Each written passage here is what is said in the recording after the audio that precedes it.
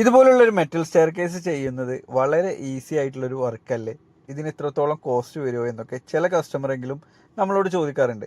ശരിക്കും ഇതിങ്ങനെ കാണുന്ന സമയത്ത് ഒറ്റ നോട്ടത്തിൽ പലർക്കും ഉണ്ടാകുന്ന ഒരു സംശയമാണ്, കുറച്ച് മെറ്റലിൻ്റെ ട്യൂബും അതുപോലെ കുറച്ച് മെറ്റൽ പ്ലേറ്റുകളും ഉണ്ടെങ്കിൽ വെൽഡിങ് അറിയുന്ന ഒരാളുകൾക്ക് ഇത് ചെയ്യാൻ ഈസി ആയിട്ട് ചെയ്യാൻ കഴിയില്ല എന്നുള്ളത്. ഒരു വെൽഡിങ് അറിയുന്ന ഒരാൾക്ക് ഇത് ചെയ്യാൻ കഴിയും, അത് ശരി തന്നെയാണ്.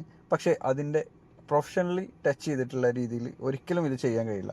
കാരണം അതിൻ്റെ മെഷർമെൻറ്റ് കീപ്പ് ചെയ്യണം, ഒരുപാട് കാര്യങ്ങൾ ശ്രദ്ധിക്കാനുണ്ട്. ഇതിൻ്റെ സ്ട്രക്ചർ, നമ്മൾ കൊടുക്കുന്ന തിക്നെസ്, കാര്യങ്ങളെല്ലാം ശ്രദ്ധിക്കാനുണ്ട്. പിന്നെ കുറച്ച് നമുക്ക് ഇൻറ്റീരിയറിൽ വരുന്ന സ്റ്റെയർ കേസും കൂടി ആയതുകൊണ്ട് നമുക്കിതിൽ കുറച്ച് കാര്യങ്ങൾ ശ്രദ്ധിച്ചു കഴിഞ്ഞാലാണ് ലൈഫ് ടൈം ഈ സ്റ്റെയർ കേസ് നമുക്ക് സേഫ്റ്റി ആയിട്ട് ഉപയോഗിക്കാൻ കഴിയുള്ളൂ. നമ്മളിവിടെ ചെയ്തിരിക്കുന്ന ഈ സ്റ്റെയർ കേസ് ഇവിടുന്ന് സ്റ്റാർട്ടിങ്ങിൽ നിന്ന് ഒരു സ്റ്റെപ്പിൻ്റെ ഗ്യാപ്പ് വിട്ടിട്ടാണ് തുടക്കം വരുന്നത്. ഇവിടെ ഈ അളവിലാണ് വുഡ് വരുന്നത്. അപ്പോൾ നമുക്ക് ഇതിൻ്റെ ഈ ഭാഗത്ത് ടോട്ടൽ ഇവിടുന്ന് വരുന്ന ലെങ്ത്ത് എടുത്തിട്ട് അതിനെ ഡിവൈഡ് ചെയ്തിട്ടാണ് ഇവിടെ സ്റ്റെപ്പുകൾ കൊടുത്തിട്ടുള്ളത്. ഇവിടെ നമുക്ക് ടോട്ടൽ സ്റ്റെയർ കേസിൻ്റെ വിഡ്ത്ത് 100 സെൻറ്റിമീറ്ററാണ്, 100 സെൻറ്റിമീറ്ററാണ്. അപ്പോൾ നമുക്ക് എങ്ങനെയാണെങ്കിലും സ്റ്റെയർ കേസ് നമ്മൾ പ്ലാൻ ചെയ്യുന്ന സമയത്ത് ഇതെല്ലാം ശ്രദ്ധിക്കണം എന്നുള്ളതാണ്. ഇത് പ്ലേറ്റ് കണ്ടില്ലേ, ടോട്ടൽ 100 സെൻറ്റിമീറ്റർ ആണെങ്കിൽ നമ്മൾ പ്ലേറ്റ് ഇവിടെ കൊടുത്തിട്ടുള്ളത് 90 സെൻറ്റിമീറ്ററാണ്. ചില ആളുകൾ ഇത്രത്തോളം ഒന്നും ലെങ്ത്തിൽ പ്ലേറ്റ് കൊടുക്കാറില്ല, മെറ്റലിൻ്റെ പ്ലേറ്റ്. ഇതിൽ നമുക്ക് ഇനി 5 സെൻറ്റിമീറ്റർ വുഡ് ഇങ്ങോട്ടും 5 സെൻറ്റിമീറ്റർ വുഡ് ഈ സൈഡിലോട്ടും, ഇത്രത്തോളം ഒരു 5 സെൻറ്റിമീറ്റർ വുഡ് ഈ ഭാഗത്തോട്ടും പ്രൊജക്റ്റ് ചെയ്ത് നിൽക്കും. അപ്പോഴാണ് ടോട്ടൽ ഫിനിഷാണ് നമുക്ക് 100 സെൻറ്റിമീറ്റർ കിട്ടുന്നത്. അതുപോലെ ഈ ത്രെഡിൽ നമുക്ക് വുഡ് ഈ 2 സൈഡിലോട്ടുള്ള വിഡ്ത്ത് കൊടുത്തിരിക്കുന്നത് 20 സെൻറ്റിമീറ്ററാണ്. ഇവിടെ 20 സെൻറ്റിമീറ്റർ പ്ലേറ്റ് കൊടുക്കാനുള്ളൊരു കാരണം, ഇവിടെ ടോട്ടൽ ഈ ലെങ്ത് എടുത്തിട്ട് അതിനെ ഡിവൈഡ് ചെയ്താൽ നമുക്ക് ഒരു സ്റ്റെപ്പ് വരുന്നത് ഇവിടെ 30 സെൻറ്റിമീറ്ററാണ്. അപ്പോൾ 30 സെൻറ്റിമീറ്റർ നമുക്ക് ടോട്ടൽ ഇതിൻ്റെ ത്രെഡ് വിഡ്ത്ത് വരുന്നുണ്ട്. അതുകൊണ്ട് നമുക്ക് 5 സെൻറ്റിമീറ്റർ ഇങ്ങോട്ട് വുഡും 5 സെൻറ്റിമീറ്റർ ഈ ഭാഗത്തോട്ട് വുഡ് ചാടിച്ച് കഴിഞ്ഞാൽ ബാക്കി 20 സെൻറ്റിമീറ്ററാണ് വെച്ചിട്ടുള്ളത്. അപ്പോൾ അത് 4 സൈഡിലോട്ട് ഇപ്പോൾ വുഡ് ഈക്വൽ സൈസിൽ പ്രൊജക്ഷനായിട്ട് വരും. അപ്പോൾ അത് കാണുന്ന ഇത്തരം കാര്യങ്ങളൊക്കെ ശ്രദ്ധിച്ചാലാണ് നമുക്ക് എക്സ്റ്റീരിയറിൽ ഫൈനൽ ആ ഒരു ഔട്ട്പുട്ട് കിട്ടുന്ന സമയത്ത് ഇതിൻ്റെ ആ പെർഫെക്ഷൻ ഉണ്ടാവുക. ഇങ്ങനെ താഴ്ന്ന് നോക്കിക്കഴിഞ്ഞാൽ നമുക്ക് വുഡ് വരുമ്പോൾ ഈ ഭാഗത്തോട്ട് 5 സെൻറ്റിമീറ്റർ, ഈ ഭാഗത്തോട്ടൊരു 5, ഈ ഭാഗത്തോട്ടും ആ സൈഡിലോട്ടും ഒരു 5, 4 സൈഡിലോട്ടും കറക്റ്റ് സൈസിൽ വുഡ് പ്രൊജക്റ്റ് ചെയ്ത് നിൽക്കും. ഇതൊന്നും ഒരിക്കലും ഒരു നോർമലി വെൽഡിങ് അറിയുന്ന ഒരാളെ കൊണ്ട് ചെയ്യിപ്പിക്കുമ്പോൾ ഇത്രത്തോളം ഒന്നും ഫിനിഷിങ് നിങ്ങൾക്ക് കിട്ടില്ല, ഷുവറായിട്ടും ഉറപ്പുള്ള കാര്യമാണ്. അപ്പോൾ രണ്ടാമത്തെ കാര്യം, ഇവിടെ നമ്മൾ കൊടുത്തിട്ടുള്ള ഈ ഒരു ഹോൾസ് കണ്ടില്ലേ, ഇതൊരു പ്ലേറ്റിൽ നിങ്ങൾക്ക് ഏകദേശം 8ഓളം ഹോൾസ് കാണും. ഇത് നമ്മൾ ഇട്ടിട്ടുള്ളത് വുഡ് ഇൻസ്റ്റാൾ ചെയ്യാൻ വേണ്ടിയിട്ടാണ്. നമ്മൾ ഇതെല്ലാം ശ്രദ്ധിക്കുന്നത് എന്താണെന്ന് ചോദിച്ചാൽ, നമ്മൾ വെറും സ്ട്രക്ചർ മാത്രം ചെയ്തു പോകുന്ന ടീമല്ല. കംപ്ലീറ്റ് ആയിട്ട് വുഡ്, ഗ്ലാസ് ഹാൻഡ് റെയിൽ അല്ലെങ്കിൽ ഏത് ടൈപ്പ് ഹാൻഡ് റെയിലും ഫുൾ ഫിനിഷിൽ നമ്മൾ ചെയ്ത് കൊടുക്കുമ്പോൾ നമ്മൾ ആ ഫൈനൽ ഔട്ട്പുട്ടാണ് നമ്മളുടെ മൈൻഡിലുണ്ടാവുക. അതുകൊണ്ടാണ് ഇത്തരത്തിലുള്ള ഹോൾസ് കാര്യങ്ങളെല്ലാം ഇടുന്നത്.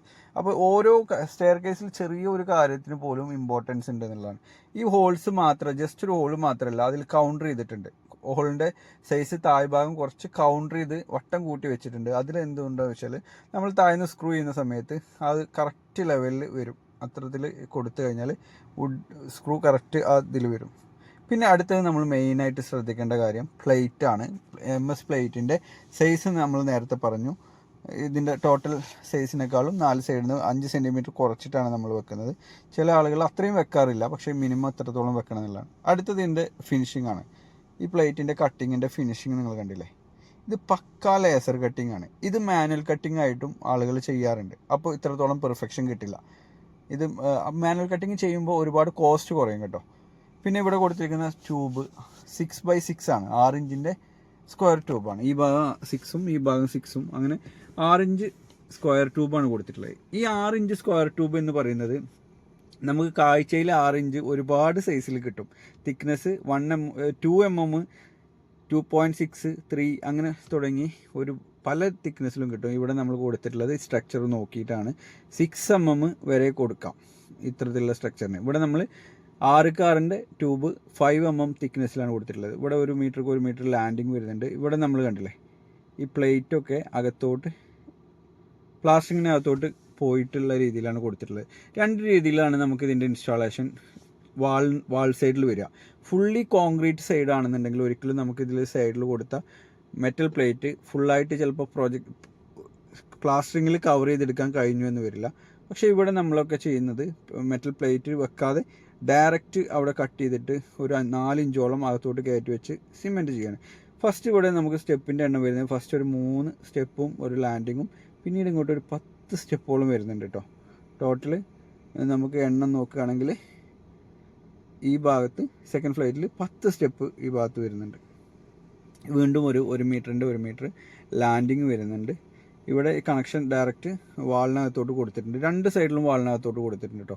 അപ്പോൾ ഇവിടെ ജെർക്കിങ് മാക്സിമം കുറവാണ്. ഇവിടെയും നമ്മൾ പ്ലാസ്റ്ററിങ്ങിൽ ഫുള്ള് കവർ ചെയ്തെടുത്തിട്ടുണ്ട്. ഇവിടെ ലാസ്റ്റ് ഫ്ലൈറ്റ് എന്ന് പറയുന്നത് ഒരു 4 സ്റ്റെപ്പാണ് ഇവിടെ കൊടുത്തിട്ടുള്ളത്.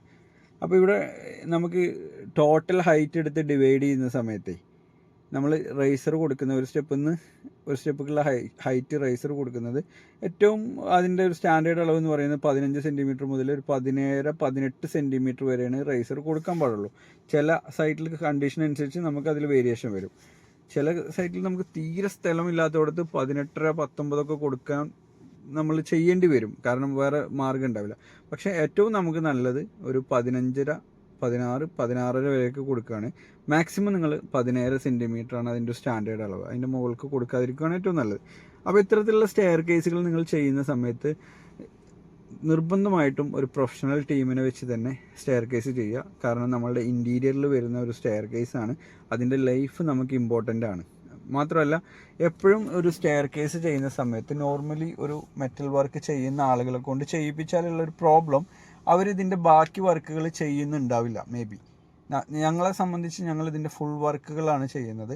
അതുകൊണ്ട് തന്നെ നമുക്ക് ആ ഫൈനൽ ഔട്ട്പുട്ട് ഇതിൽ അകത്ത് വരുന്ന വുഡ്, ഗ്ലാസ് ഹാൻഡ് റെയിൽ ആണെങ്കിൽ ഗ്ലാസ് ഹാൻഡ് റെയിൽ, ഇതെല്ലാം നമ്മൾ ഇമാജിൻ ചെയ്തിട്ട് ഇതിന് വേണ്ട ടെക്നിക്കൽ സപ്പോർട്ടും കൂടി കൊടുത്തിട്ടാണ് ഞങ്ങളിതിൻ്റെ സ്ട്രക്ചർ ചെയ്യുന്നത് എന്നുള്ളതാണ് മറ്റൊരു പ്രത്യേകത.